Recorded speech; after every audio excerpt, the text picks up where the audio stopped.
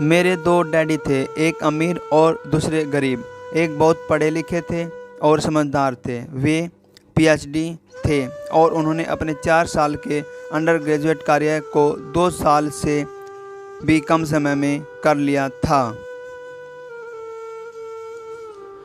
इसके बाद वे आगे पढ़ने के लिए Stanford university, university of Chicago तथा नॉर्थ वेस्टर्न यूनिवर्सिटी गए और यह सब उन्होंने पूरी तरह से स्कॉलरशिप के सहारे ही किया। मेरे दूसरे डैडी 8वीं से आगे नहीं पढ़े थे। दोनों ही अपने करियर में सफल थे। दोनों ने ज़िंदगी भर कड़ी मेहनत की।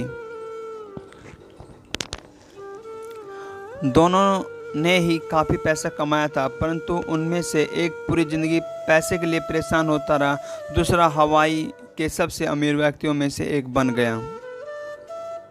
एक के मरने पर उसके परिवार, खर्च और जरूरतमंदों को करोड़ों डॉलर की दौलत मिली। दूसरा अपने पीछे कर्ज छोड़कर मरा। मेरे दोनों डैडी इरादे के पक्के, चमत्कारी और प्रभावशाली थे। दोनों ने मुझे सलाह दी, परंतु उनकी सलाह एक सी नहीं थी। दोनों ही शिक्षा पर बहुत जोर देते थे, परंतु उनके द्वारा सुझाए गए पढ़ाई के विषय अलग अलग थे। अगर मेरे पास केवल एक ही डैडी होते तो मैं या तो उनकी सलाह मान लेता या फिर उसे ठुकरा देता। चूँकि सलाह देने वाले दो थे, इसलिए मेरे पास दो विरोधाभासी विचार होते थे, एक अमीर आदमी का और दूसरा गरीब आदमी का।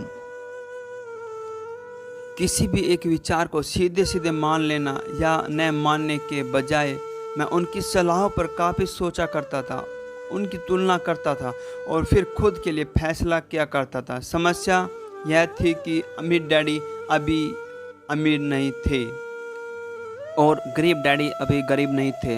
दोनों ही अपने करियर शुरू कर रहे थे और दोनों ही दौलत तथा परिवार के लिए मेहनत कर रहे थे, परंतु पैसे के बारे में दोनों के विचार और नज़रिए एकदम अलग थे। उदाहरण के तौर पर एक डैडी कहते थे पैसे का मोह ही सब बुराइयों की जड़ है, जबकि दूसरे डैडी कहा करते थे पैसे की कमी ही सभी बुराइयों की जड़ है। जब मैं छोटा था तो मुझे दोनों डैडियों की अलग अलग सलाहों से दिक्कत होती थी। एक अच्छा बच्चा होने के नाते मैं दोनों की बातें सुनना चाहता था। परेशानी यह थी कि दोनों एक सी बातें नहीं कहते थे। उनके विचारों में ज़मीन आसमान का फ़र्क था, खासकर पैसे के मामले में। मैं काफ़ी लंबे समय तक यह सोचता करता था कि उनमें से किसने क्या कहा और क्यों कहा और उसका क्या परिणाम होगा।